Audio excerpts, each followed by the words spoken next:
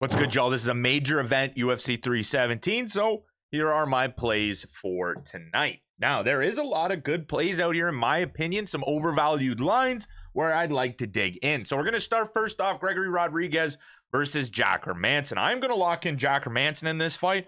I'm a little bit surprised that they have him set as such an underdog. I get it. It's probably the year layoff.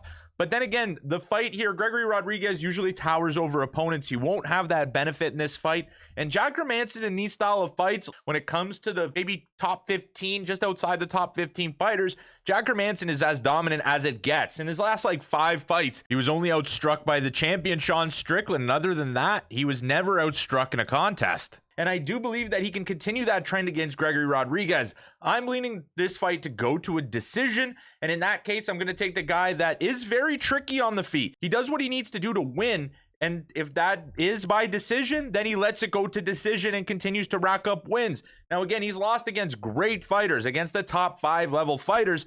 But when you're in that range of 5 to 20, I think that Jack Hermansson's one of the best. And getting him here at plus 190, it is shockingly impressive to me to make that play. Also, we have Jacobe Smith versus Niko Price. Now, Jacobe Smith is coming in. We're starting to see some of the craziest favorite lines we've seen in UFC history as of recent. Jacobe Smith is going to come in minus 2,100. But where I'm looking, Jacobe Smith 3+ total takedowns. But DraftKings has this set at plus 450. Now, I get it. The fight is trending to stay under 1.5 to get a finish in that first round. Niko Price finished by Robbie Lawler in the first round. But other than that, he is a tough guy to finish. And I think that Jacobe Smith can stack up fence takedowns here. Even in the first round, I think we might hit 3. Against Christian Savoy on the Contender Series, he got to 7 in just over 1 round. So I think the 3 line here at plus 450 is a little bit crazy. And honestly, if you want to get wild with it and go plus 4, plus 5, plus 6, if Niko Price is actively trying to get back to his feet, I think it's less of a lottery ticket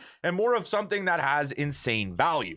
Then next up, I'm going to go to the Delgado versus Hyder Emil fight. This is going to be one of the best fights on UFC 317 in my opinion. I think Delgado is the more well-rounded fighter here. I think Hyder Emil is a dog. I think he has potential to win the fight. The line is so close, so I'm not going to play it there. But Jose Delgado to get 2 takedowns, in which if this fight is a dog fight and Emil comes out like a hyena trying to attack, I think Delgado is going to go to the grappling, and I don't think he's going to finish Hyder Emil that quickly on the mat. So I think that a 2+ takedown at plus 200 here is also incredible value. Peyton Talbott versus Felipe Silva. There is tons of discussion in this fight.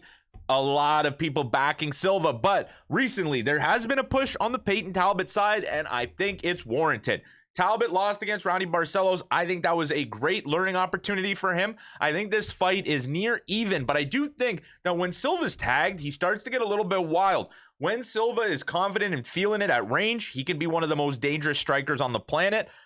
And does he engage the grappling is going to be an interesting question, because that's what Barcelos had to do. But if this fight stays on the feet, I think Peyton Talbot, he has lots of power. He is a great striker, and that Barcelos is a learning experience for him. And even though he really did get smoked, and a lot of people say fraud checked, I think that Peyton Talbot has a bounce back spot here, and at plus 145 I'm gonna lay the U. So those are my plays. I do have a 7-pick parlay plus 1,800. You guys can have a look at that as well. A lot of things that I feel are guarantees to happen. Usually in these 7-leggers, you're gonna get something crazy to screw you, but these are my plays. You guys let me know your thoughts in the comment section below, and enjoy UFC 317.